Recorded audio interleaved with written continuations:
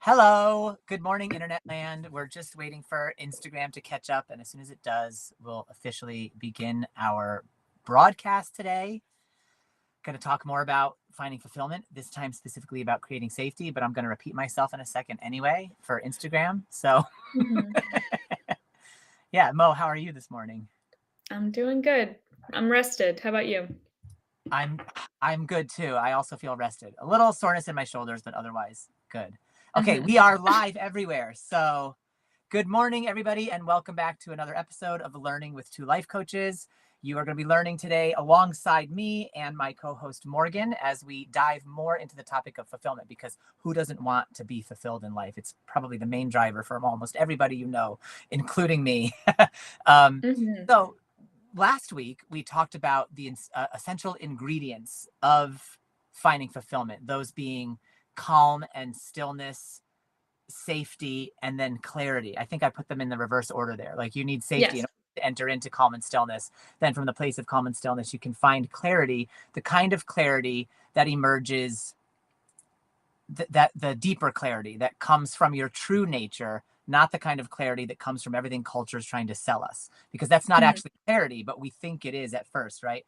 And today, what we want to do is go more deep into the ingredient of safety, what it means to have safety, how to create safety, the different components of safety, and why it's so important as a precursor to fulfillment, how to achieve it, how to work with it, how to work with the Yep. feelings of danger that we tend to feel in this mile a minute society.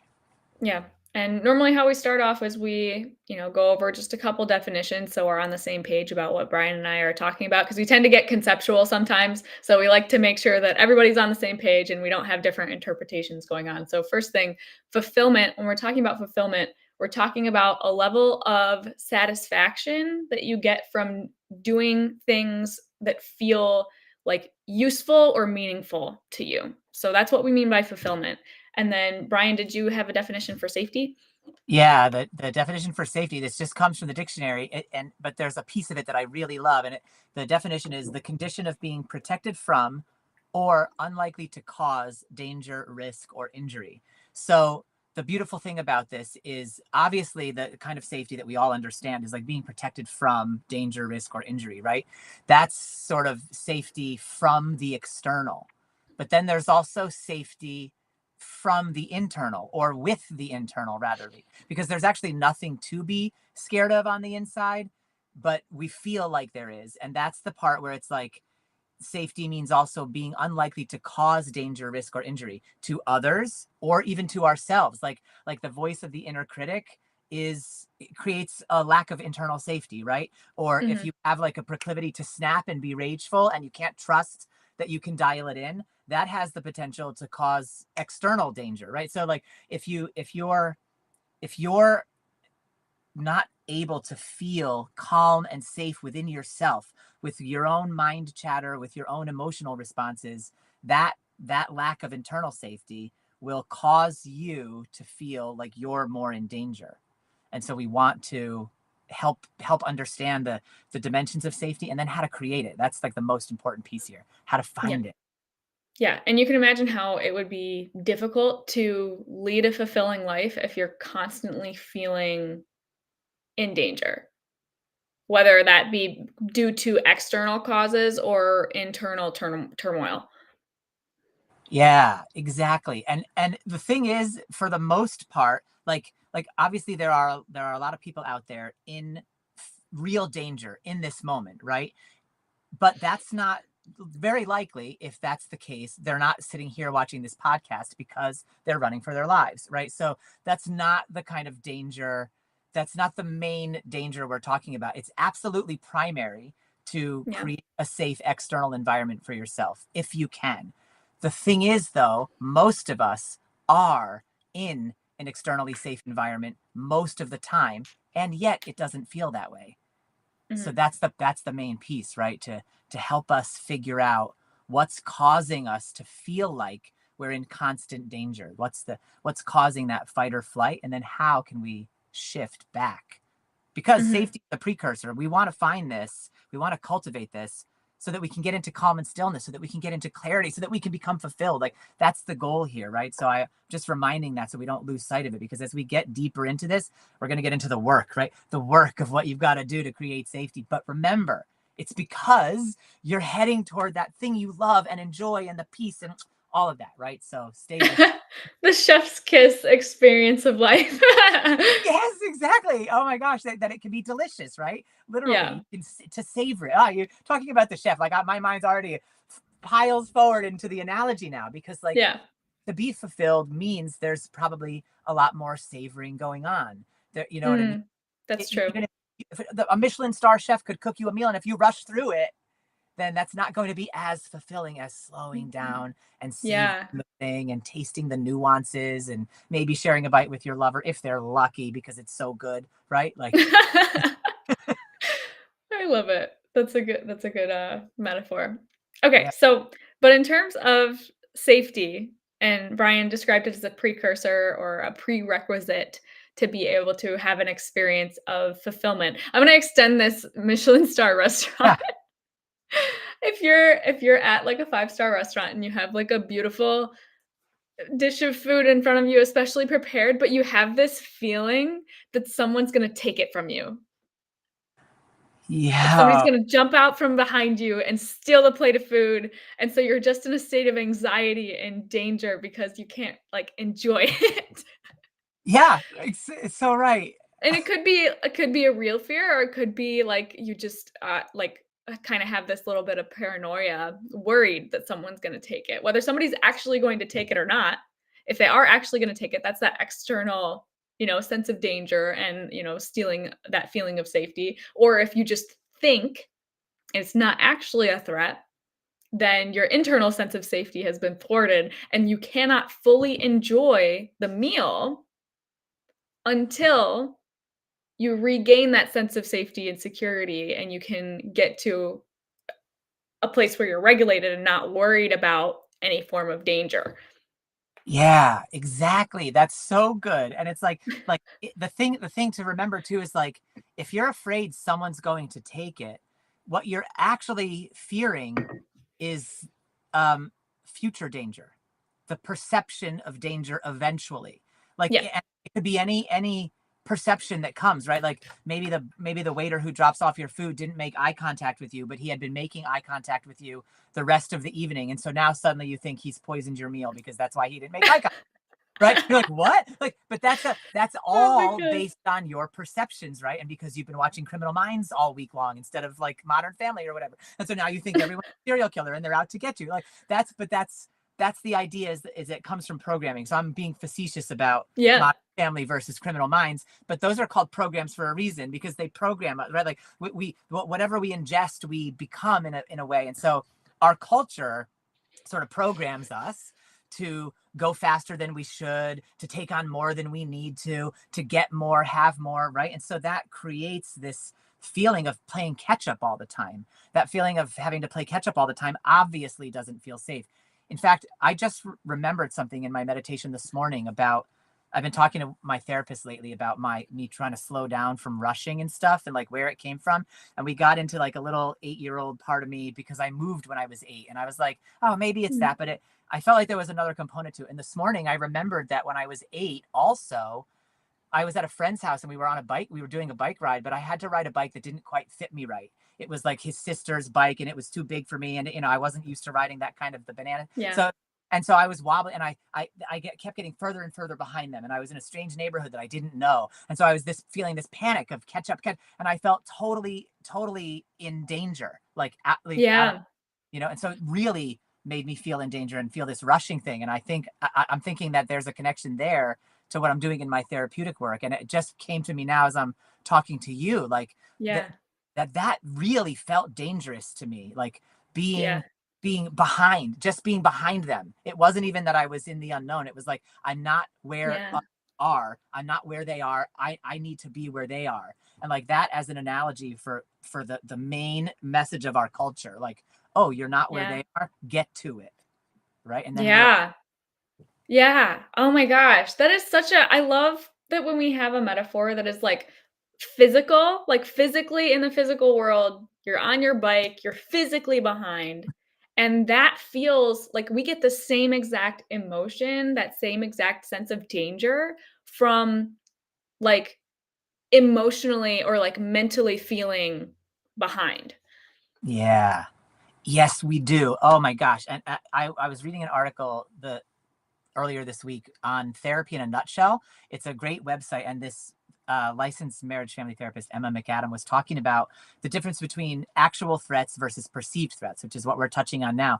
And Mhm. she went to a workshop where the workshop instructor like asked everybody, do you feel 100% safe? Like, are you 100% safe in this moment? And her initial reaction was like, yeah, heck yes, of course I'm safe. Like, what are you talking about? Yeah. And, and that's kind of everybody's, and she goes, yeah, but take a minute, think about it. Just think. Are you 100% safe? And so then everybody was thinking about it. And as they started thinking about it, her experience was, well, I mean, I suppose someone in this room could attack me, possibly, or what if there's like, because the woman said, think about it. Like, are you 100% safe? Yeah. She's like, well, I suppose an active shooter could come, or there could be an earthquake, or Yeah. I could have cancer right now and not know it. There could be a parasite boring through my stomach line. She had all the thoughts came to her, right? She's like, yeah, it could be any of Yeah. these things. And so then the workshop leader was like, okay, now after thinking about it for a while, do you all feel 100% safe? And they all started giving these answers. Well, this could happen, this could happen, this could happen. And the workshop instructor was like, I asked you, do you feel 100% safe now? Not do you feel 100% safe in the future? And Mhm. after she asked that, it kind of clicked for Emma McAdam. She was like, whoa, everything that everybody's listing, even though they're possibilities, none of them are actual. They are Yeah. perceptual. They are future-based Yeah. perceptions of a threat. They are not a real threat. And so if an active shooter came into that room 5 minutes from then, 5 minutes from then, she'd be in danger. But 5 minutes ago, she actually was 100% safe, because the only moment there is the now moment. And right now, as I talk to you, I'm Yeah. 100% safe. Yeah. Oh my gosh, everybody needs to go through that workshop. I wish I had gone through that. That's such a good epiphany moment to create that distinction Yeah. between actual and perceptual. And that's what we're talking about when it comes to safety is like we want to cultivate both actual and perceptual safety. And if Yeah. we can get to that place, so initially when she asked like, "Oh, do you feel safe in this room?" or "Do you feel safe period?" having that as a baseline is that prerequisite to be able to enjoy and feel fulfilled by whatever it is we're participating in our lives, whether it's eating a meal or growing a garden or spending quality time with our friends or raising children or you know pursuing your career, whatever it is. You Yeah. have to have that baseline, otherwise it's going to rob you of that experience that we're looking for. Yes, exactly. And the baseline, we don't want to leave out the component that the actual safety is important, right? Like, it Yeah. absolutely is. We're just coming from the thesis that actual safety is mostly abundant, and it's the illusion that it's not, right? Like Yeah. if you're in a hostage situation right now, or you're in a war-torn country, or you're in a domestic violence situation, Yeah. that's different. And then your step one is to cultivate actual safety. But for everybody else who's in actual safety, your step Yeah. one is to create perceptual safety. Does that make Yeah. sense? Yeah, and we're not in any way trying to, like, minimize, like, for the position of anybody who is not in actual safety, like, that's a serious situation, sometimes it's outside of your control, like, we're not debating that, we're just primarily speaking to an audience, assuming that those we're speaking to already have that baseline of Yeah, physical safety. exactly. Not minimizing actual danger at all, Mhm. or the what it takes to shift that, if it's even possible. And in the Yeah. situation where it isn't possible, knowing that actually in those situations where it isn't possible, there's still actually something for you that you can do. Like, so there's no judgment coming from us about Mhm. that, right? Like, if you're not in safety, my heart goes out to you. That sucks. Like, that really, really sucks. But what's coming to my mind is the Viktor Frankl example, where he was actually in a concentration camp, right? Like, in danger, like imminent danger all the time, every second, under the Yeah. threat of demolishment of his whole life, right? And he was able to notice within himself, because he was stuck in that situation, that he actually could take an inward journey and cultivate internal safety, like feelings of safety. What he was doing was balancing his nervous system, even though he wouldn't have Mhm. called it that, right? Like in the midst of a threatening situation. And then when he actually was finally released, he created a whole form of therapy called logotherapy, which has helped piles and piles of people to discover Yeah. what's meaningful in their lives, because he used that the environment of danger to cultivate an internal journey where he was able to find meaning in that dangerous situation. So Yeah. this is like that. What I just described is advanced level stuff that you should only even be attempting if you can't get out of a dangerous situation. Then find the peace within if you can try. Right? Try if your captors are lucky enough to let you listen to this podcast, then try. Right? But I but shouldn't laugh. I'm sorry. no, that's okay. I'm making light of something, but I'm not. We're not making light of the actual situation of danger. What we're trying to say is, for the most part, we all walk through life feeling like there's constant danger when we are actually constantly safe, like moment to moment safe. Like in this Yeah. moment right now, am I safe? Yes. In this moment Yes. right now, am I safe? Yes. Even though I know there's something upcoming later today, which may cause conflict, now I'm safe. Right. So Mhm. if I think about the thing later that could cause me conflict, and I don't really have the deep understanding that I'm safe, the thoughts can kick me over into anxiety or depression or whatever it is, right? And Yeah. so that's where, again, the baseline understanding of now moment safety comes in so handy for people. Yeah. So building that sense of safety or building a foundation of it, part of it is asking yourself, like, is this danger real that I'm perceiving? Like, am I safe right now? Which Brian described. There's also another level to it where you can kind of bring in your physical nervous system a little bit. And I love this exercise. I use it all the time. What you can do is you can look around the room. So, like, for example, we'll look to the right, you'll take in this side of the room, look to the left, take in this side of the room, and then say to yourself, um, there is no present threat. And you can do it Mm, a couple times. Look around, there's no present threat. And that to your nervous system helps your brain discern that, like, even though my nervous system thinks there's a tiger about to attack me, even though I feel anxious, when I look around, I'm okay. And it, yeah, it helps your body like get that felt sense of I'm actually okay. yeah, because we think what's happening when we end up in fight or flight in a run of the mill day is that somewhere in our consciousness we are taking what's happening as a threat to our physical safety, even though we might not cognitively think that. Like, you're not going to wake up and go, ooh, at that board meeting with my boss later, he's going to try to kill me with a butter knife. Like, obviously you don't really think it's a threat to your physical safety, but your brain interprets him yelling at you and demeaning you about your report as a threat to your physical safety. That's how Yeah. your body takes it, right? And so it takes it the same way. And so you end up in this place of a deep shift into the sympathetic nervous system response, which is very much fight or flight, fear based, but it's not the appropriate size of a reaction to the cultural threats that we actually endure. But the Yeah. reaction is from it's from our evolution, right? It's Mhm. from our evolution, but it's promoted by the rules of our culture, and so we're not evolving past it, because humans weren't necessarily moment to moment to moment safe in their early, right? Like, you had to think more about the tiger, but we literally don't now. Like, we're in a different society now where safety is more the rule, like moment to moment safety is more the rule, but our brain hasn't caught up to that at all, literally Mhm. at all. And culture is getting in the way of our brain catching up by making us chase and chase and chase. Yeah. Yes,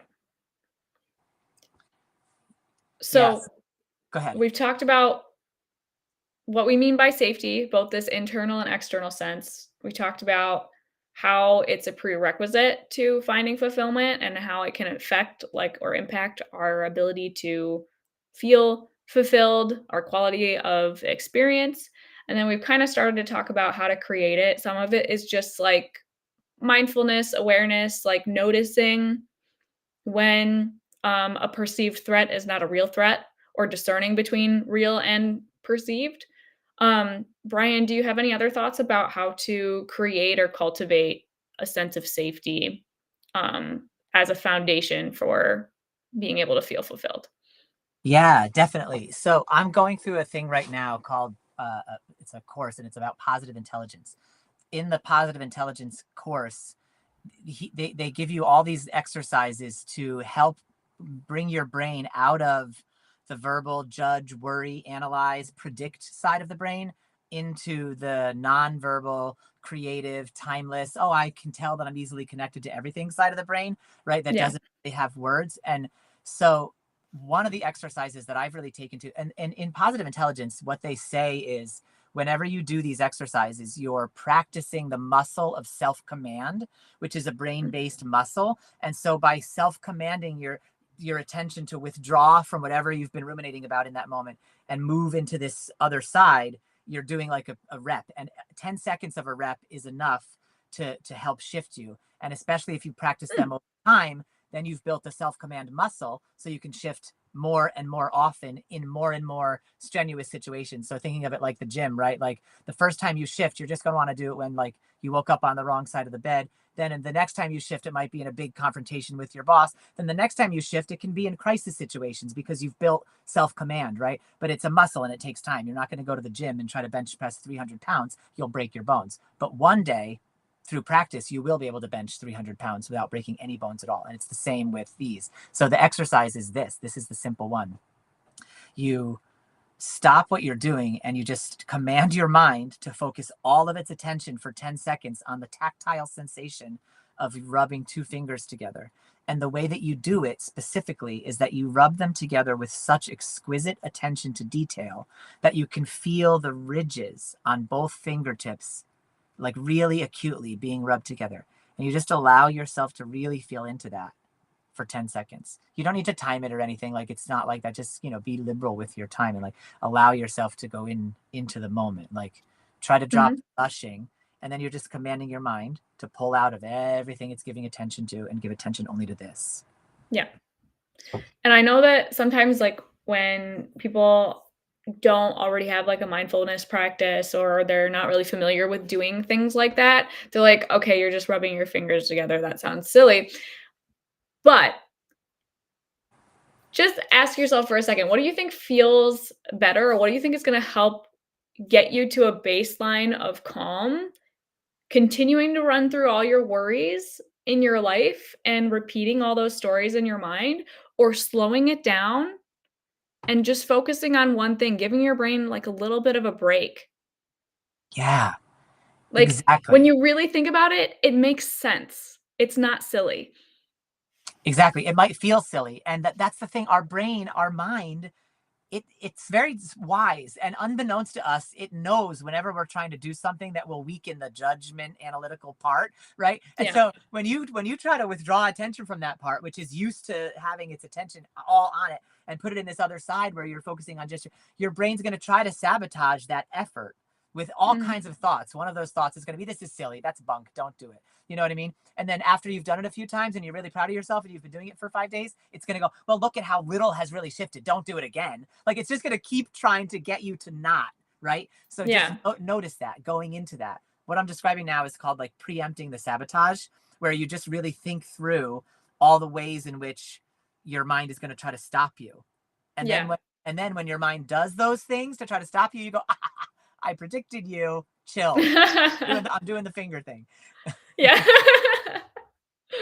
Oh, and same thing with any other habit that you could try to create, whether it be, a mindfulness technique or caring for your body, doing self-care, wind down routine, get the morning routine, all these kinds of things. Like you can do that preemptive, called it preemptive sabotage, Yeah, where you anticipate the excuses that your brain is going to give you, and then you can notice it when it happens and exactly. override it. Yeah. And override it. And the beauty of that preempting the sabotage exercise too is that it removes you ahead of time from the part of you that's going to try to sabotage you. And so when it happens, you are now already in the perspective of the witness, which is a much more potent and powerful piece of the mind. And the witnessing perspective lives in that right brain, in that timeless nonverbal area, right? So Yeah.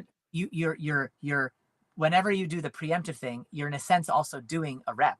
You're moving into that side of the brain then, so that when you try to move into that side of the brain later, it's even easier, right? Like, so it makes sense in that regard too, because the preemptive thing is using the nonverbal, Yeah. timeless, I'm connected to everything side. Yeah. Awesome. Yeah. One last thing I want to mention, I was listening to Martha's Be Wilder podcast yesterday because the title caught my eye. It was about like the lies about fulfillment. And I was like, oh, I want to Yeah. hear that since we're talking about fulfillment, right? And I'm planning on listening to it. I haven't listened to it yet. oh, yeah, okay, well, you'll love it. And one of the things she mentioned was like how it was about culture's lies about fulfillment, and that it sells us this bag of goods for what fulfillment is. And one of the examples she gave was like when you wake up, when you've been in a dream and you've feasted in the dream, but then you wake up, you're still starving. Or when you are in a dream and you've like slaked your thirst with this beautiful water from a distilled brook or whatever, and then you wake up and you're thirsty as hell. It's because those are dreams that you thought would fulfill you, but when you get to them, they don't. Oh, Right? They are not yeah. fulfilling it. She called it dream food. And it's like, so the flip side of the safety thing is like the danger is created in a sense too, because we're running and running and running after a mirage. We're running after dream food, and Yeah. we're never going to fulfill you in the way that you think it is. And the example she gave was, I forget his name now, but it was a gold medalist, an Olympic gold medalist, who by the time he got to the podium and he won his gold medal, the moment he stepped off the podium, he was beside himself with depression and bummed out, because he had thought he was sure, when I get this gold medal, I will be fulfilled. And everything in his life was about chasing that because it meant happiness. He got it, didn't feel fulfilled. And then not only did he not feel fulfilled, he then felt like purposeless and he didn't know what to do next. So he went from feeling the chase of fulfillment to an abject feeling of danger, because he didn't have, Yeah. there was no new prognosis about what could cause happiness. So he was beside himself because he was like, shit, I was wrong for 30 years. It was the gold medal. It didn't do it. I don't even know what to try next. Yeah. Yeah. Oh my gosh, what a scary feeling. Yeah. So that is to say, don't let culture sell you a bag of goods, because when it does, it's going to sell you something and say, once you get this next thing, you're going to be fulfilled. If you believe that, you're setting yourself up for a feeling of danger, because you have to chase it, and then when you get there, it's not going to do what you wanted. Yeah. Man. So start cultivating that safety now so that you can get to that deeper level of clarity, which we will go Mm. deeper and deeper into throughout the season as well. Yeah, So and that's how you protect against that dream food piece is like by starting internally, getting calm, getting still, getting to a place where you feel safe and clear on what you want versus what culture tells you you should want, you're less likely to pursue things that when you get to that end goal feels empty. yeah, exactly. You'll pursue things that are in and of themselves fulfilling. The one of the ways you can tell if you're on the pursuit of something that will be fulfilling is if the pursuit itself is also fulfilling. If the pursuit itself along the way is not fulfilling you, then maybe the thing you're trying to get fulfillment from eventually is the mirage. Yeah. Yeah. So Man. food for thought, everybody. Dream food for thought. Dream food for thought. Beautiful. Awesome. Thank you for this conversation, Brian. It's been really, really thought provoking for me. And I'm going to continue thinking about the stuff we talked about. And also, I'm going to go listen to that Martha Beck podcast. Yeah, right on. Same. And for everyone listening out there, rub your fingers together, feel the ridges, and then notice if you get a little bit calmer. Also Mo's exercise of looking around the room. The actor in me loves that one. So you could probably make that one playful. So get into it, Yeah. guys, and create safety, and let us know in the comments as you try these things out, okay? We will be Beautiful. back again next week at 9 a.m. Eastern to talk more about fulfillment and particularly purpose and how it can shift over time. So tune in for that. Thursday. Thursday, yes. Did I say Friday? No, you didn't say a Oh, day. You just okay, said 9 a.m. thank you. 9 a.m. next Thursday. Thank you, everybody. See you soon. Bye. Bye.